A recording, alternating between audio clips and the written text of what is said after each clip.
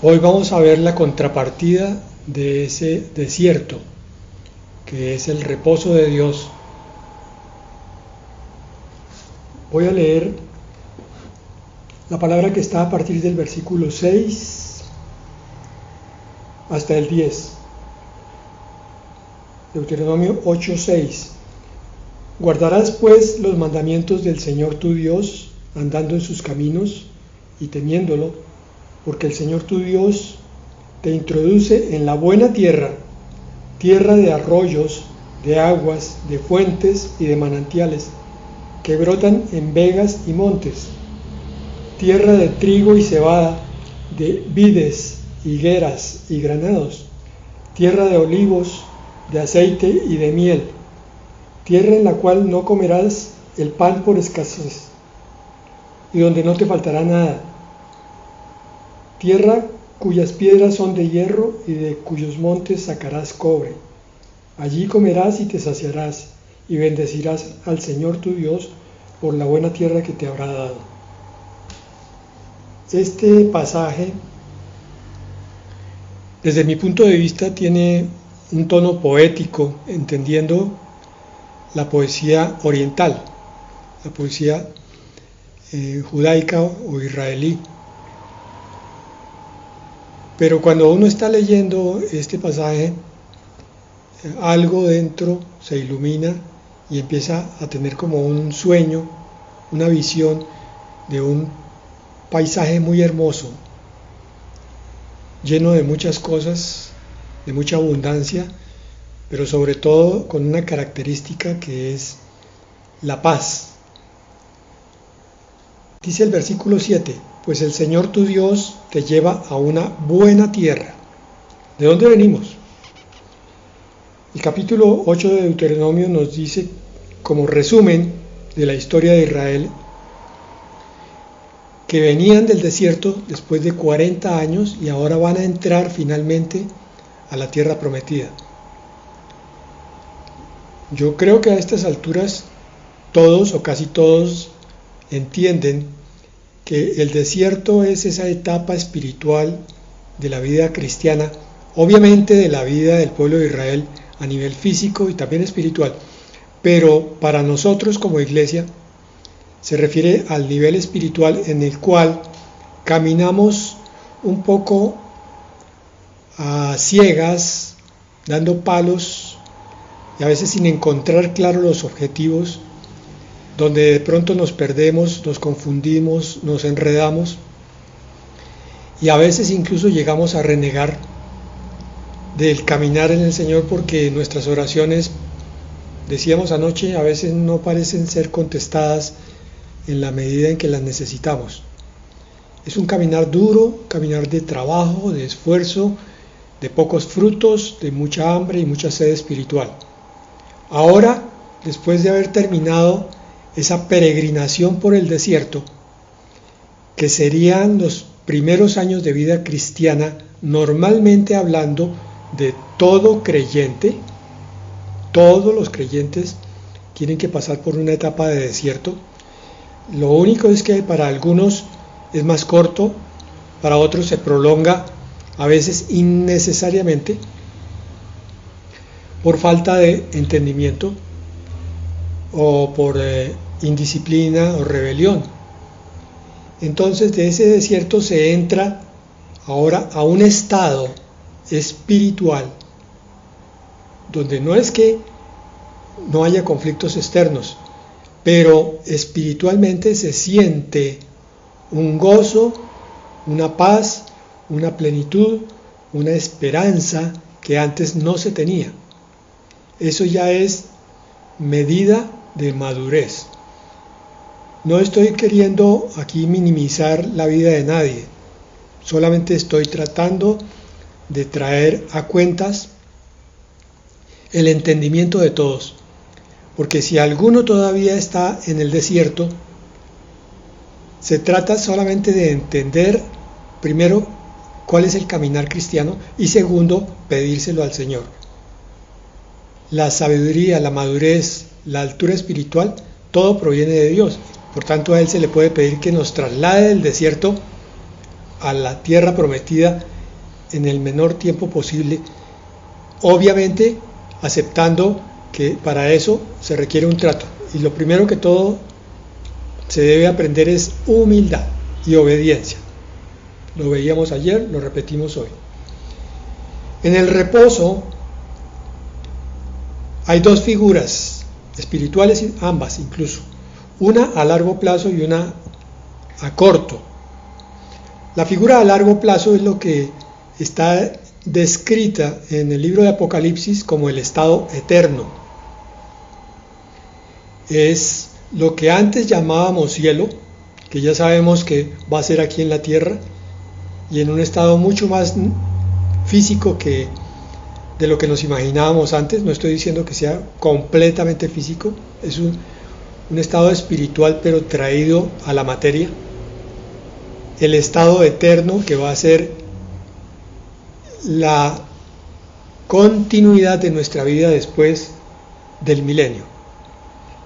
Sería la primera descripción de lo que es el reposo. La segunda es la paz de Dios, esa que está descrita en varias partes. Mi paz os dejo, mi paz os doy, no como el mundo la da. Y la paz de Dios, que sobrepasa todo entendimiento, llenará vuestros corazones y vuestros pensamientos en Cristo Jesús. Y tú guardarás en completa paz a aquel cuyo pensamiento en ti persevera. Son palabras que nos describen ese estado, una paz que no tiene explicación lógica, porque afuera la tempestad ruge, pero adentro se siente esa plenitud, se siente la presencia viva de Dios, como siempre termino diciéndolo yo, el Dios real y presente, no el Dios teórico y alejado allá en el cielo, sino que ya ahora estamos viviendo y caminando con Él. La presencia de Dios es la que marca muchas de las características de la paz de Dios. Entonces, decía yo que había dos estados espirituales: el estado eterno, que es futuro, y la paz de Dios, como la describe la Escritura, que es presente para todo aquel que la busque y que esté dispuesto a recibir del Señor en su gracia, pero pagando el precio, que es la obediencia. La presencia de Dios, ya dijimos. El ambiente de paz, ya dijimos, en contraposición al malestar del desierto. Es cierto que se está cumpliendo la voluntad de Dios cuando uno camina en el desierto, pero la paz muchas veces brilla por su ausencia. Vamos a la iglesia, abrimos la palabra de Dios, pero algo falta. Y yo espero que los que están aquí, todos, tengan ese corazón sediento de Dios del que también hablábamos ayer.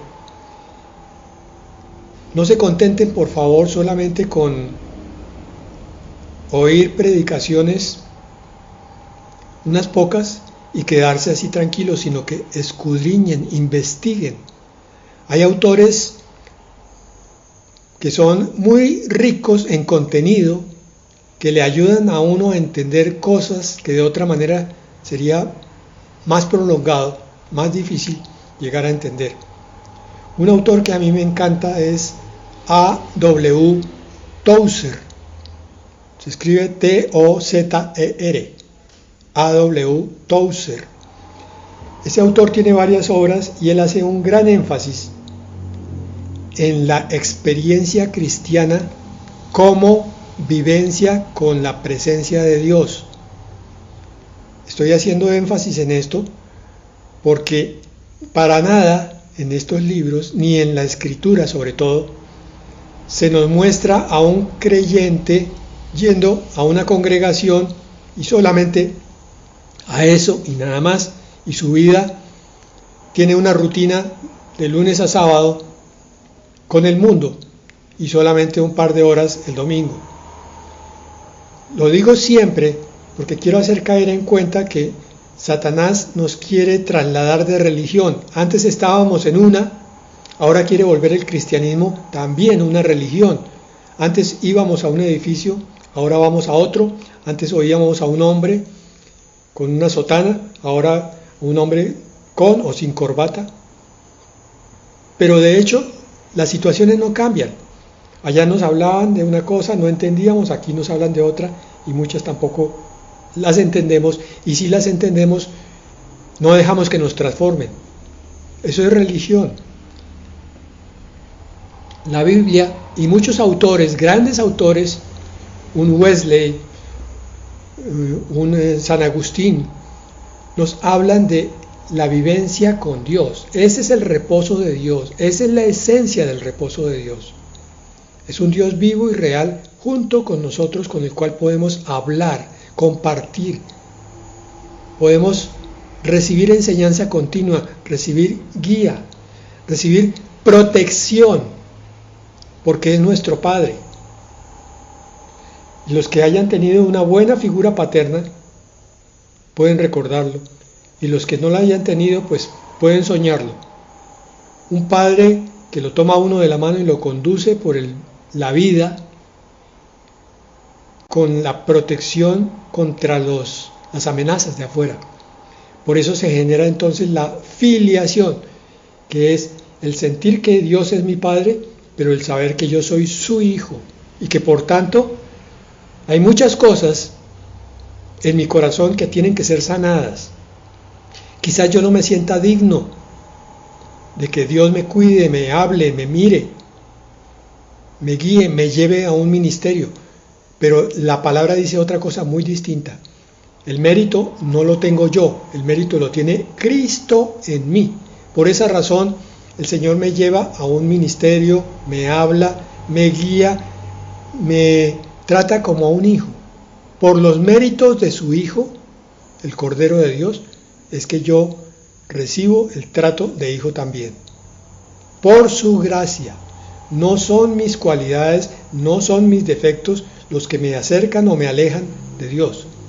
Es la cantidad de desarrollo de la presencia viva de Cristo en mi vida. Y eso solamente se logra cuando yo busco a Dios con todo mi corazón, hambre y sed de Dios, cuando voy detrás de Él, cuando leo con afán, con ansia, para descubrir por qué hay ciertas cosas que no funcionan en mi vida y para entender por qué hay otras que sí están funcionando.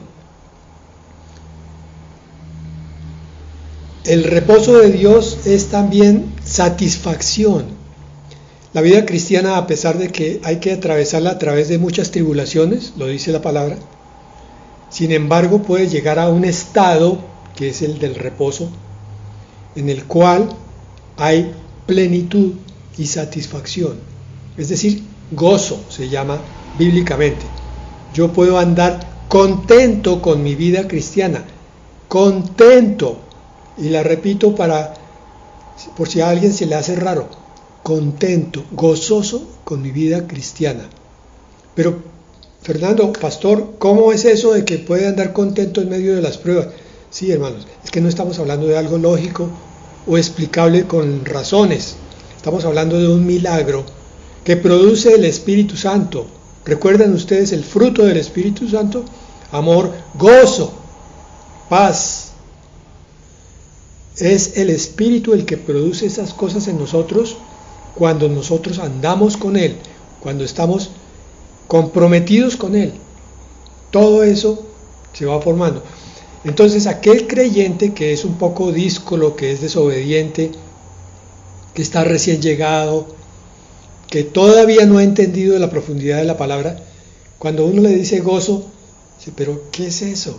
Yo no lo veo por ninguna parte. Es más, el cristianismo me parece bastante duro y bastante pesado. Sí, hermano, tranquilo, tú estás en el desierto, pero si caminas el tiempo suficiente y con diligencia procuras salir de allí, no como los israelitas dando vueltas 40 años, cuando son 3 meses apenas, podrías llegar al reposo de Dios mucho antes y sorprenderte. Cosas que no habías entendido allá en la carne, ahora en el espíritu aquí las ves claras y dices, uy, no sabía todo esto. Qué alegría que es la vida cristiana. Y pues por último, el reposo también es protección. porque sabemos que tenemos a nuestro Padre Celestial. Por decirlo así, es como si estuviera en disposición permanente para cuidarnos, para alimentarnos, para guiarnos. Es que lo está, completamente disponible. Nosotros debemos servirlo a Él, pero es como si Él quisiera servirnos a nosotros. En humildad lo digo, y en humildad lo debemos recibir. Al contrario, darle gracias, Señor. Son tantas tus bendiciones, es tanta tu gracia, es tanta tu misericordia, que yo lo único que puedo hacer es agachar mi cabeza y decir, grande eres tú, Señor. Versículo 8 dice, es una tierra de trigo y cebada, de vides, el plural de vid. Habló de pan y habló de la vid, higueras y granadas, aceite de oliva y miel. Y no en balde lo puso de primeras aquí en este versículo, el pan y el vino, que son la figura del alimento espiritual. En el desierto el alimento era el maná, aquí ahora el alimento es el pan y el vino, o sea, es la presencia de Cristo directamente en la vida del creyente. En Juan 6:33, 35, 48 y 51, 4 versículos todos del capítulo 6 de Juan, nos habla del pan de vida. El 6:48 dice, yo soy el pan de vida. El 6:51 dice, yo soy el pan vivo que descendió del cielo. Si alguno comiere de este pan, vivirá para siempre. Y el pan que yo daré es mi carne, la cual yo daré por la vida del mundo. Él subió a la cruz para que nosotros tuviéramos vida, vida espiritual, vida eterna, vida intelectual, pero en el camino de Dios.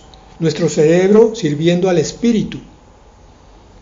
Y en Juan 6:35 decía, Jesús les dijo, yo soy el pan de vida, el que a mí viene nunca tendrá hambre, y el que en mí cree no tendrá sed jamás, el pan y el vino. Esa es la tierra prometida. Entonces, la tierra prometida se resume en que finalmente es el encuentro personal con Cristo. Ya es Cristo morando en el corazón del creyente. Por fe hemos recibido a Cristo como Salvador. Ahora por fe vivimos cada día sabiendo que Él está dentro de nosotros y que eso nos constituye en templo vivo de un Dios vivo. Y entonces la conclusión también es lógica. Grandes cosas tienen que pasar en el templo de Dios con Dios. Y ese eres tú. Entonces no estás llamado a sentarte en una silla solamente y oír sermones. Tú estás llamado a vivir una vida sobrenatural. Así que despertémonos y sacudámonos de ese espíritu de religiosidad que cae sobre el mundo cristiano con tanta frecuencia, que nos convierte en contentos, pero no con el contentamiento bíblico, sino con el contentamiento mediocre. Ah, no, yo ya soy salvo, entonces con eso tengo.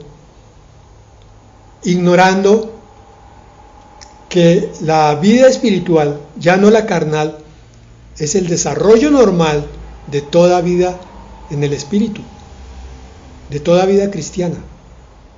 Todo el que recibe a Cristo como Salvador, lo recibió con sinceridad y compromiso, tiene que desarrollar el reposo de Dios que estamos hablando, más tarde o más temprano. Pues muy triste que el reposo venga a nosotros allá después de 30 años de vida cristiana. Pero qué bueno,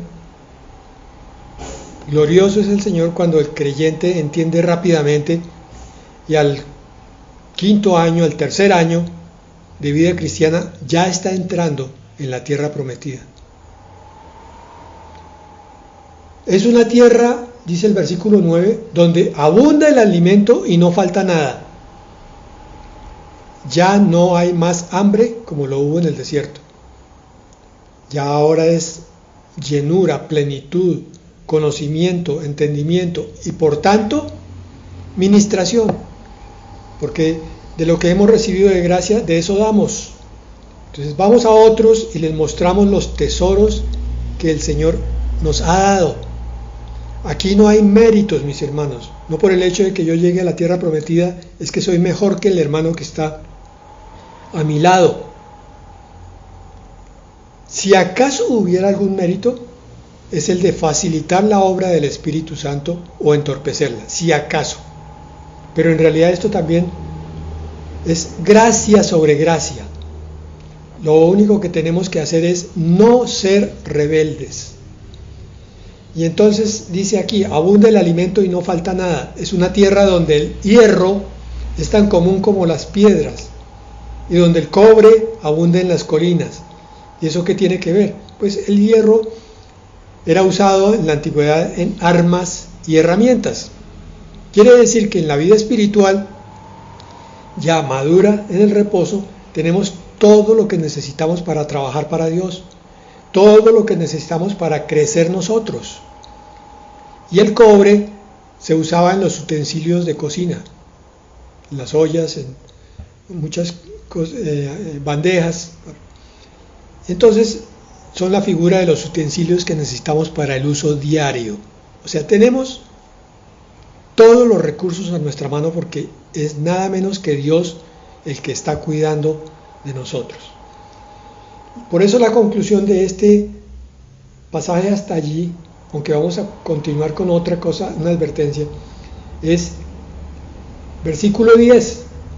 Cuando hayas comido hasta quedar satisfecho, la definición del lugar de reposo, plenitud, asegúrate de alabar al Señor tu Dios por la buena tierra que te ha dado. ¿Asegúrate de qué?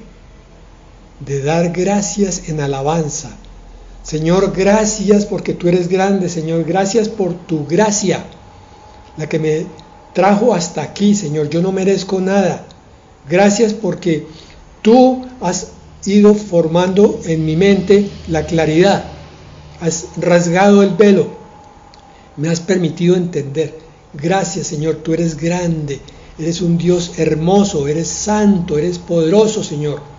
Alaba al Señor, alábalo cuando llegues allá.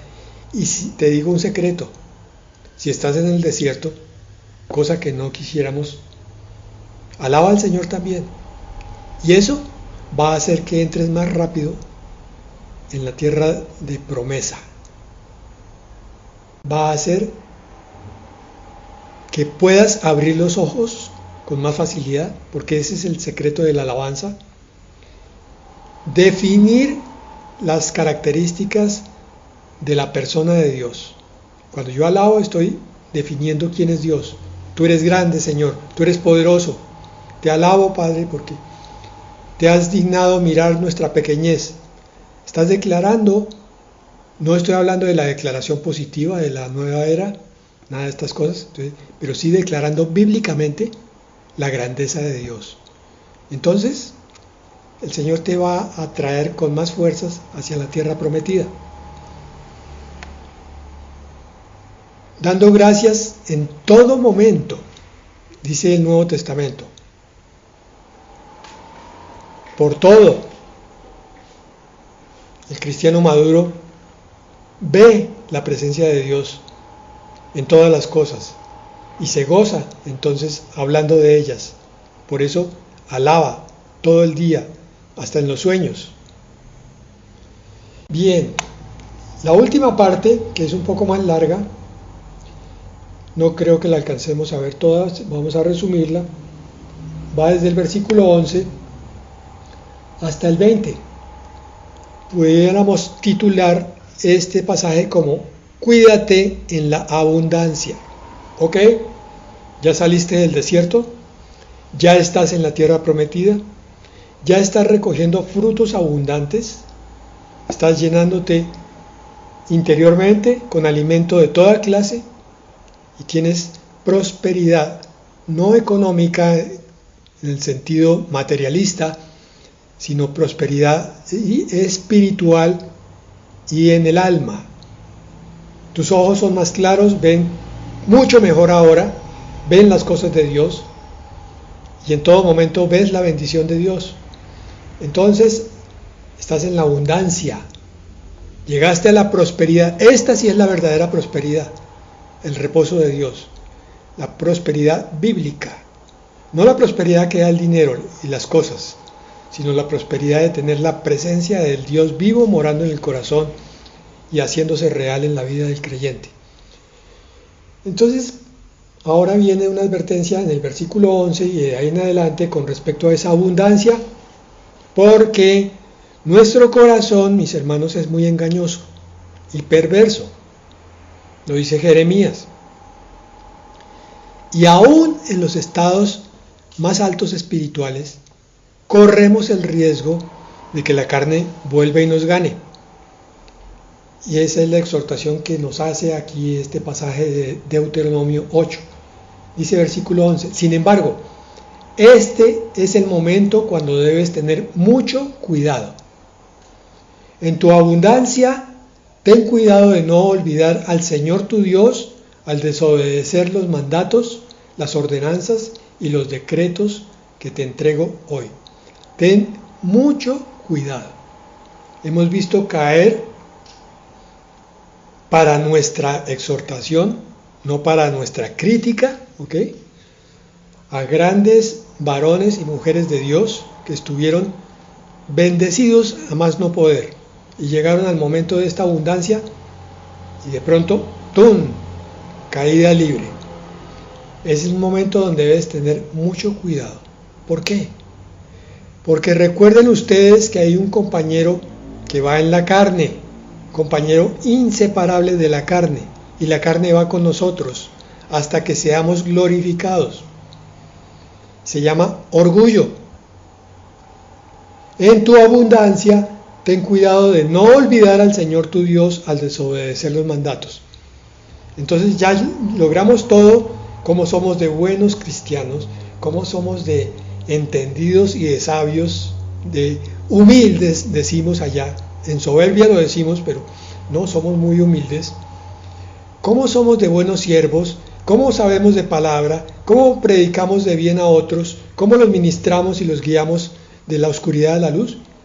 Y como nos damos tanto bombo y platillos, caemos en la tentación de Satanás otra vez, como cuando estaban Adán y Eva en la abundancia del paraíso. Cayeron.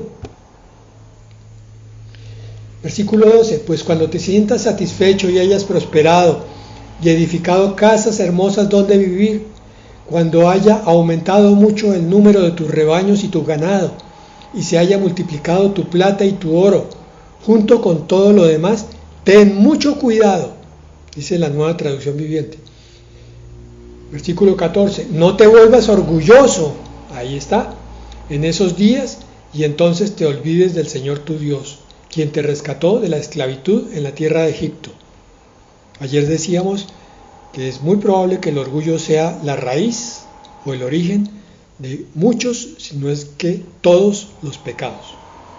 No te vuelvas orgulloso en estos días de reposo, de abundancia, de plenitud de la presencia de Dios en tu vida, y entonces contradictoriamente te olvides del Señor que está allí presente, porque ahora crees que todo lo lograste por ti mismo, por lo bueno que eres, y caíste en los lazos del diablo.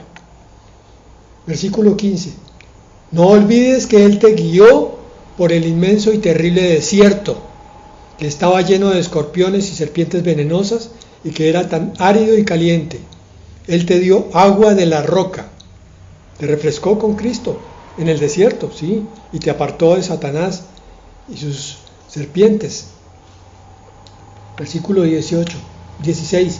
En el desierto te alimentó con maná, un alimento desconocido para tus antepasados. Lo hizo para humillarte, para que aprendieras humildad, y para ponerte a prueba por tu propio bien. Todo esto lo hizo para que nunca se te ocurriera pensar: he conseguido toda esta riqueza con mis propias fuerzas y energías. Uy, tremenda soberbia. Este es el caso de siervos de Dios, muy ungidos, pastores, otros que se las dan de apóstoles, otros que son siervos de alabanza, muy reconocidos, y caen. Versículo 18, acuérdate del Señor tu Dios, Él es quien te da las fuerzas para obtener riquezas, tanto físicas como espirituales. Toda cualidad es un don que viene del cielo. Dice la palabra, toda buena dádiva y todo don perfecto descienden del cielo. Tú no tienes por qué ufanarte por nada. Cuando estés dándole un servicio a alguien, estés extendiendo tu mano, cuidado. El diablo te está diciendo, ¿cómo eres de bueno? ¿Cómo eres de generoso? Cuidado, el diablo está ahí. Él es quien te da las fuerzas para obtener riquezas, a fin de cumplir el pacto que les confirmó a tus antepasados mediante un juramento. Pero una cosa te aseguro, si alguna vez te olvidas del Señor tu Dios y sigues a otros dioses y le rindes culto y te inclinas ante ellos, sin duda serás destruido. Tal como el Señor destruyó a otras naciones en tu paso, así también tú serás destruido si te niegas a obedecer al Señor tu Dios. Este es un pasaje de muchos contrastes. Empieza mostrando un aspecto difícil, duro, que es el desierto. Después nos introduce en el sueño hermoso del reposo de Dios. Y la exhortación final vuelve y nos aterriza con fuerza y nos hace entender que cuando hayamos ganado cualquier escalón, cualquier cualidad espiritual, cualquier don, siempre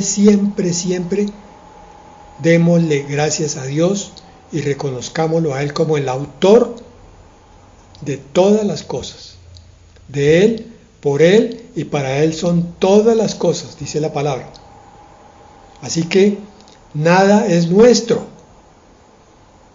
sino que es para reconocer a nuestro Creador y sustentador. En eso se basa la gloria de Dios, en darle gloria a Dios. En eso se basa en alabar a Dios, en reconocerlo en nuestra vida. Así que acostúmbrate, mi hermanos, si es que no lo has hecho todavía, y fortalece esa costumbre si ya la tienes. Alabar en todo momento, cada vez que te acuerdes, el nombre, la obra y los dones de Dios, las bendiciones, para que la humildad marque todo tu caminar, todos tus pensamientos y todas tus palabras. La humildad, que finalmente es el reconocimiento de quién es Dios y de qué es lo que Él hace. Amén y amén.